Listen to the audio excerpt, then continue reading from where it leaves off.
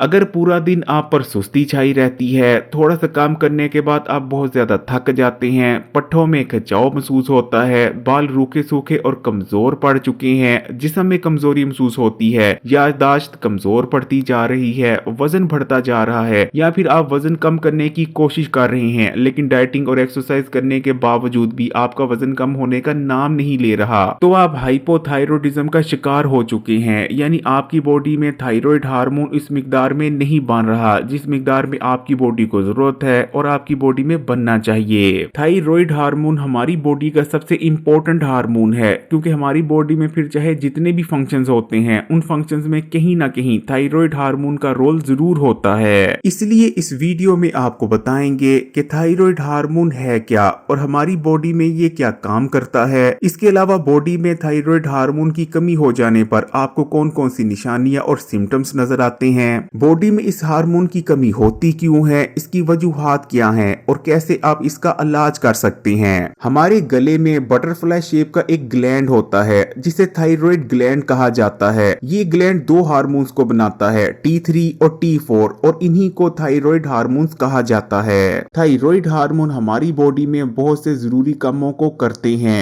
ये हमारे मेटाबॉलिज्म को कंट्रोल करते हैं और यही वजह रहती है कि अगर हमारी बॉडी में थायराइड हार्मोन की कमी हो जाती है, यानी हम हाइपोथायरॉयडिज्म का शिकार हो जाते हैं, तो हमारा मेटाबॉलिज्म भी स्लो पड़ जाता है। हाइपोथायरॉयडिज्म की वजह से बॉडी के एनर्जी लेवल्स गिर जाते हैं। इसी तरह बॉडी में पहले से कहीं ज्यादा कोलेस्ट्रॉल बनने लगता है, दिल की धड़कन कभी आहिस्ता हो जाती है तो कभी तेज। थायराइड हार्मोन हमारे बॉडी के टेम्परेचर को कंट्रोल करता है और हमारे वजन पर भी इसका डायरेक्ट इम्पैक्ट होता है। यही वजह है कि थायराइड हार्मोन को सबसे ताकतवर और सबसे इंपॉर्टेंट हार्मोन माना जाता है। इसलिए आपके लिए ये जानना बेइंतहा जरूरी हो जाता है कि अगर हमारी बॉडी में थायराइड हार्मोन की कमी होने लगती है तो इस हार्मोन की कमी होने पर हमें कौन कौन सी निशानियां नजर आ सकती हैं। बॉडी में थायराइड हार्मोन की कमी होने पर आपका वजन बढ़ने लगता है, आपको बहुत ज्यादा थकावट होने लगती है, थोड़ा सा काम करने के बाद आप बहुत ज्यादा थक जाते हैं। इसी तरह आप पर पूरा दिन सुस्ती छाई रहती है, आप ज्यादा एक्टिव नहीं रह पाते और किसी भी काम में आपका दिल नहीं लगता, पट्ठों में दर्द रहने लगता है, खिंचाव पड़ता है, अक्सर लोग कब्ज का शिकार हो जाते हैं, जिसम में बहुत ज्यादा कमजोरी महसूस होने लगती है, दिल की धड़कन कभी बढ़ जाती है तो कभी बहुत ज्यादा कम हो जाती है, सर के बाल बेजान नजर आने लगते हैं, बहुत ज्यादा कमजोर पड़ जाते हैं और आसानी से टूटने लगते हैं, बहुत ज्यादा ठंड की शिद्दत महसूस होने लगती है, नाखून कमजोर हो जाते हैं और आसानी से टूट जाते हैं, स्किन ड्राई पड़ जाती है और बहुत ही रूखी सूखी और बेजान नजर आने लगती है, याददाश्त कमजोर पड़ जाती है, जोड़ सख्त महसूस होने लगते हैं और जोड़ों में अक्सर दर्द रहता है, अक्सर लोगों में डिप्रेशन बहुत ज्यादा बढ़ जाती है, मसल्स में क्रैम्प्स पड़ते हैं और जिस्म में कमजोरी महसूस होती है। बॉडी में थायराइड हार्मोन की कमी हो जाने पर आपको इनमें से एक या एक से ज्यादा सिम्टम्स नजर आ सकते हैं, लेकिन ये तमाम सिम्टम्स आपको फौरी तौर पर नजर नहीं आ जाते, बल्कि इनको नजर आने में थोड़ा अरसा लगता है। लेकिन यहाँ सवाल ये पैदा होता है कि हमारी बॉडी में थायराइड हार्मोन की प्रोडक्शन में कमी क्यों आती है और क्यों हम हाइपोथायरॉयडिज्म का शिकार होते हैं। तो इसकी जो सबसे कॉमन वजह है वो है ऑटो इम्यून हाइपोथायरॉयडिज्म,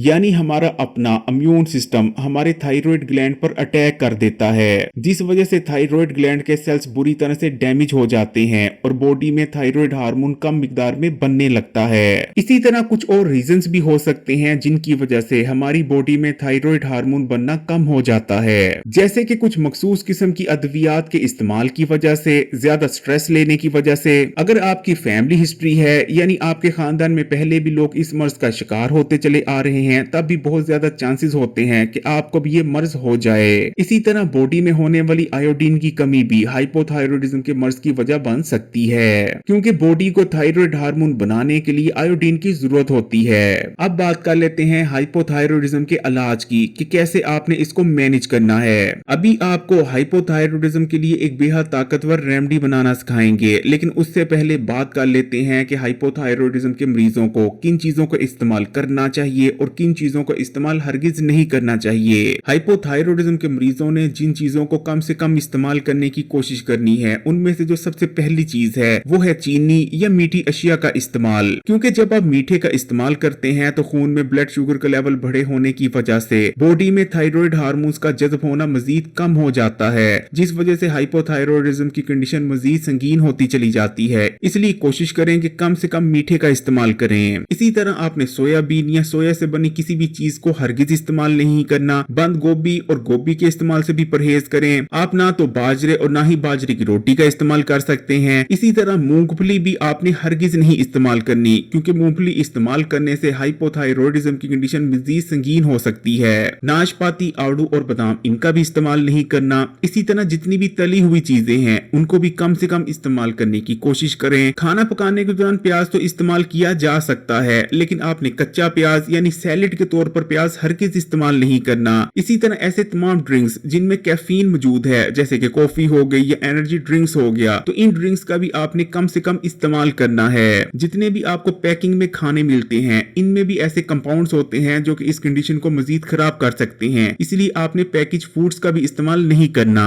अब उन ग़िज़ाओं की बात कर लेते हैं जिनका इस्तेमाल थायराइड के मरीजों के लिए बहुत ही बेहतरीन रहता है, क्योंकि उन ग़िज़ाओं को इस्तेमाल करने से न सिर्फ बॉडी में थायराइड हार्मोन की प्रोडक्शन में इजाफा होता है, बल्कि थायराइड हार्मोन बेहतर तौर पर आपके जिस्म में जज़ब हो पाते हैं। आयोडीन से भरपूर ग़िज़ाओं का इस्तेमाल करें, जैसे कि मछली हो गई, अंडा हो गया। इसी तरह सेलेनियम रिच फूड्स का भी इस्तेमाल करने की कोशिश करें। सेलेनियम भी काफी मिकदार में मछली में मौजूद होता है। इसी तरह अखरोटों के अंदर भी बहुत ज्यादा सेलेनियम पाया जाता है। प्रोबायोटिक फूड्स जैसे कि दही का इस्तेमाल करें। दही इस्तेमाल करने से आपकी बॉडी में प्रोबायोटिक्स यानी गुड बैक्टीरिया की तादाद में इजाफा होता है। अपनी ग़िज़ा में अंडों को जरूर शामिल करें, क्योंकि अंडों के अंदर न सिर्फ आयोडीन, सेलेनियम बल्कि विटामिन बी भी मौजूद होते हैं। सेब का सिरका इस्तेमाल करें, इससे न सिर्फ गुड बैक्टीरिया की तादाद में इजाफा होता है बल्कि स्लो पड़ गया मेटाबॉलिज्म भी बूस्ट होता है। अदरक का इस्तेमाल करें, हल्दी का इस्तेमाल करें। कोशिश करें कि बॉडी में पानी की कमी ना हो। इसी तरह चिकन और गोश्त का इस्तेमाल करें। इसी तरह ओमेगा 3 रिच फूड्स का इस्तेमाल करें, जैसे कि मछली हो गई, और फ्लैक्स सीड्स के अंदर भी बहुत ज्यादा मिकदार में ओमेगा 3 फैटी एसिड्स पाए जाते हैं। हड्डियां कमजोर न पड़े इसके लिए दूध और दही का इस्तेमाल किया जा सकता है। अब आपके साथ एक बहुत ही ताकतवर रेमेडी शेयर करते हैं, जिसको अगर हाइपोथायरॉयडिज्म का मरीज इस्तेमाल करते हैं तो उन्हें बहुत ही बेहतरीन रिजल्ट देखने को मिलेंगे।